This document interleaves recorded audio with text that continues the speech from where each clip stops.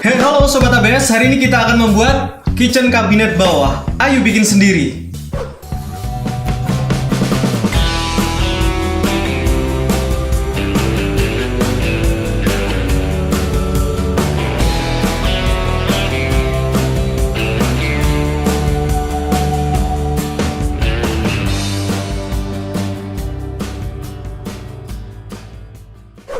Oke Sobat ABS, sebelum dimulai saya mau menjelaskan dulu sedikit tentang project yang akan kita buat kali ini. Saya akan menggunakan multiplex 12 mm, kemudian kita lapisi melaminto bagian dalamnya, dan bagian luarnya akan kita lapisi dengan HPL. Nah, ini adalah untuk kitchen set kering. Saya tidak menggunakan countertop atau top table dari granit, melainkan menggunakan multiplex itu yang dilapisi HPL juga nantinya. Dan saya hanya akan menggunakannya untuk menaruh microwave, coffee maker, dan sebagainya. Jadi tidak untuk yang basah-basah atau tidak untuk memasak di kompor. Untuk dimensi maupun desainnya, ayo kita lihat dulu seperti apa. Seperti biasa, saya akan menggunakan SketchUp Viewer untuk aplikasinya ini. Barangkali teman-teman masih banyak yang tanya. Nah, ini adalah model yang saya akan bikin ya. Kalau misalkan kita lihat dari cut listnya yang sudah saya buat, ini saya akan menggunakannya tinggi 80 cm, kemudian panjangnya 185 cm. Dan ini custom sesuai dengan apa yang dibutuhkan di rumah. Ada laci, ada pintu, dan juga ada tempat untuk naruh oven juga. Seperti biasa sobat, untuk menempelkan HPL ke multiplexnya saya akan menggunakan lem kuning dari lem Presto. Ini adalah lem Presto Super DS. Oke, langsung aja kita ke proses pembuatannya.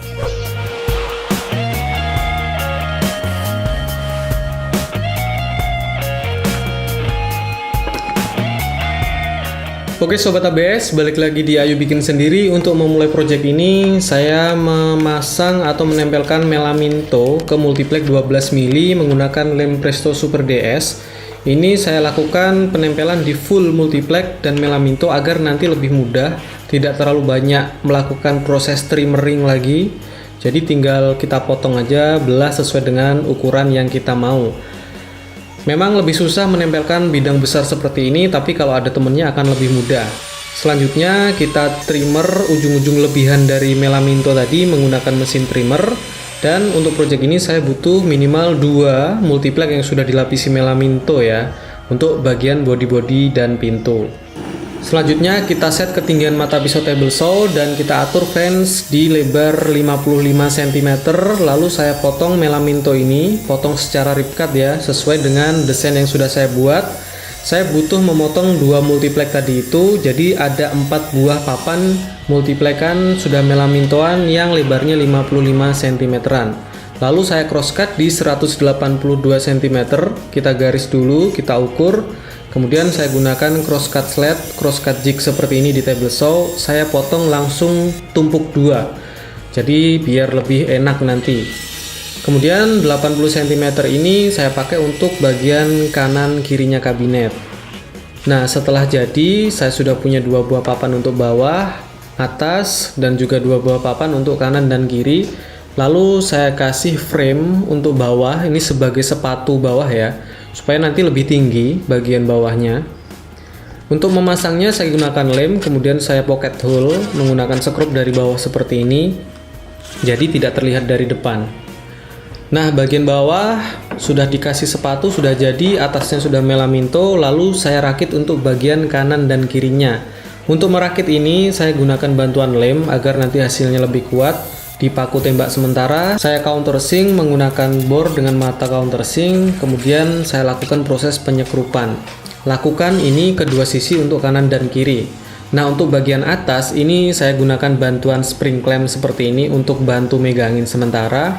Kemudian saya paku tembak sementara juga. Selanjutnya sama kayak yang tadi ya, saya countersink, kemudian saya kasih sekrup agar dia benar-benar bisa kuat dan maksimal hasilnya. Nah, untuk bagian tengah juga kita sekrup juga.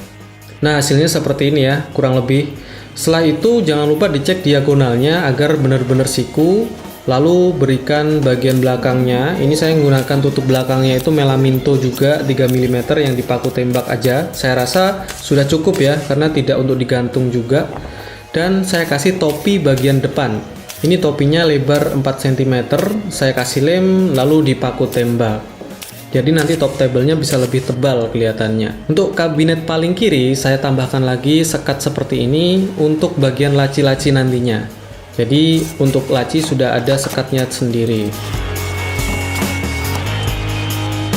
Nah, sebelum ke proses selanjutnya, saya memasang bracket L seperti ini di bagian tengah kabinet dan bagian paling kanan kabinet. Ini saya gunakan untuk menaruh rak-rak nanti ya, seperti ini. Konstruksi dari kabinet ini sudah jadi. Selanjutnya saya proses untuk pemotongan bagian laci-lacinya. Dinding-dinding laci ini saya gunakan melaminto kanan dan kiri. Jadi multipleknya sudah dilapisi melaminto dua sisi. Dan untuk bagian depan atau paling dalam itu tidak hanya bagian dalam saja. Setelah kita potongi sesuai kebutuhan, intinya kita kurangi 2,5 cm lebarnya itu dari kabinet yang ada. Jadi lacinya nanti tidak seret. Kemudian saya proses untuk memotong secara groove. Jadi multiplek ini saya potong setengah dari ketebalannya untuk nanti kita isi sebagai dasarannya laci. Isiannya juga menggunakan melaminto juga.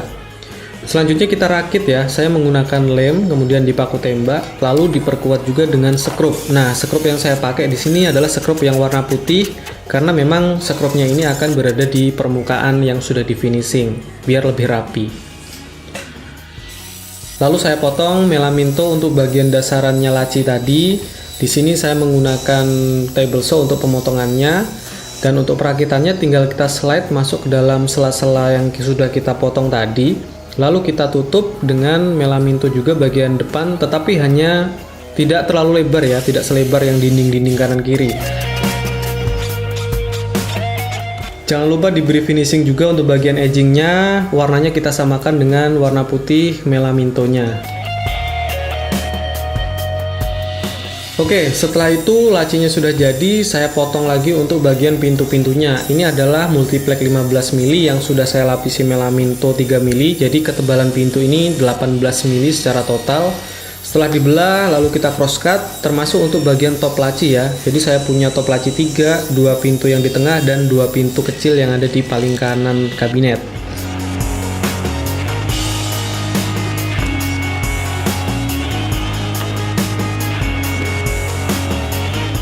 Lalu mulai saya potong untuk bagian HPL-nya. Ini untuk bagian HPL saya lebihkan kurang lebih 1-2 cm.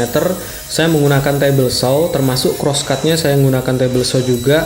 Kalian bisa menggunakan cutter maupun alat potong lainnya, yang penting kita lebihkan 1-2 cm dari multiplek yang ada. Untuk proses pengeleman bagian edgingnya, ini edgingnya sekalian banyak langsung saya lem supaya lebih efektif, termasuk bagian edging yang di multipleknya. Ini kita lem bersamaan. Setelah kering sentuh kurang lebih 10-15 menit, kita lakukan proses penempelan edging ini, lalu dibantu dengan ditekan-tekan menggunakan kayu yang dilapisi kain. Dan untuk merapikan permukaan HPL yang lebih ini, saya gunakan kikir saja karena memang posisi sudah malam hari. Kalian bisa menggunakan trimmer agar lebih mudah prosesnya. Lapisi edging untuk ke semua permukaan. Jadi kalau pintu ya ada 4 edging. Untuk bodi kabinet juga, termasuk untuk bagian-bagian sekat laci tadi.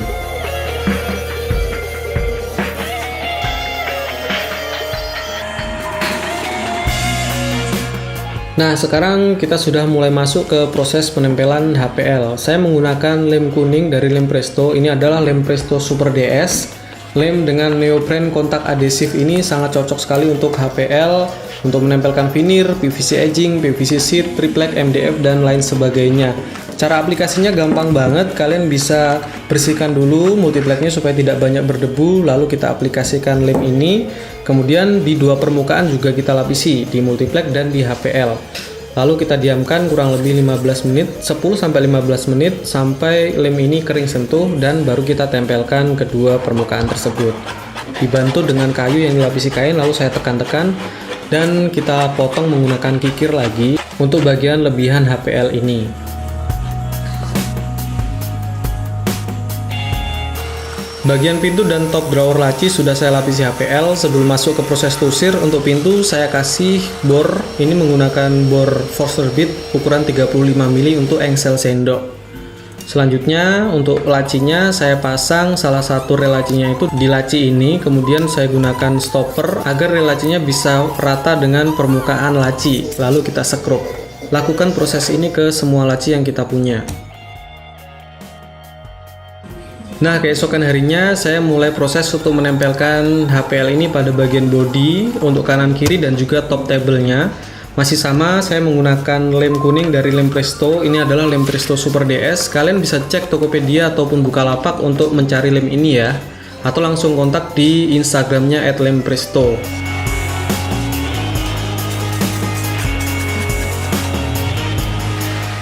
Untuk top table sama juga, HPL-nya ini cukup besar.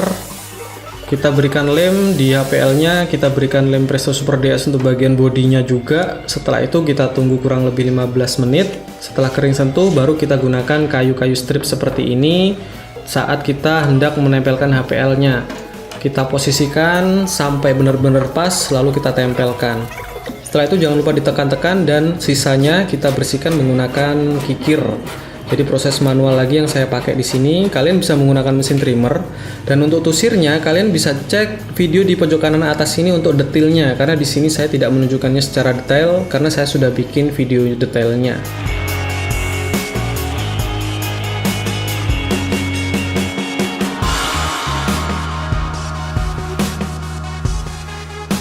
Kemudian setelah proses penusiran ini selesai dan kering hasilnya, saya pasang rel laci pada bagian bodi. Jadi rel laci ini ada dua part, yang satu di bagian lacinya, yang satu di bodi kabinetnya. Saya gunakan bantuan kayu seperti itu ya, agar lebih mudah memasangnya, lalu kita sekrup. Setelah itu jangan lupa untuk dicek apakah rel lacinya ini sudah fit dan mudah untuk keluar masuknya, tidak seret maupun tidak longgar. Baru kita lakukan proses selanjutnya, yaitu menempelkan top drawernya pada laci ini. Untuk memasang top drawer laci, untuk memasang pintu, itu sudah pernah saya bikin di project-project sebelumnya. Kalian bisa cek. Di sini saya buat singkat aja biar videonya tidak terlalu lama. Setelah kita bersihkan, lalu kita bawa masuk ke rumah dan kita pasang peralatan elektronik yang kita punya seperti microwave, oven, coffee maker, dan sebagainya. Kurang lebih hasilnya seperti ini.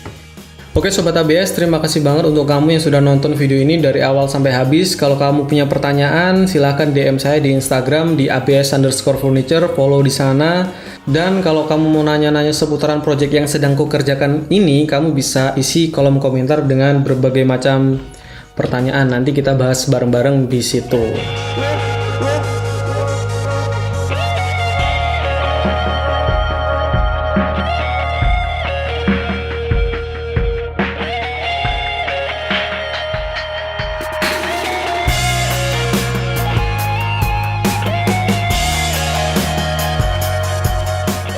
Oke Sobat ABS, thank you banget untuk kamu yang sedang nonton video ini. Jika kamu suka video-video seperti ini, please bantu saya share ke sosmed kalian dan kasih tahu teman-temannya kalau di sini ada ABS. Jangan lupa juga cek video-video saya sebelumnya, karena di sana banyak banget tutorial tentang HPL-an seperti ini. Dan hey, jika kamu baru tahu channel ini, silahkan di-subscribe, nyalakan tombol loncengnya sehingga kamu tidak ketinggalan kalau saya upload video-video baru. Semoga video kali ini bermanfaat. Sampai jumpa di video selanjutnya dan ciao.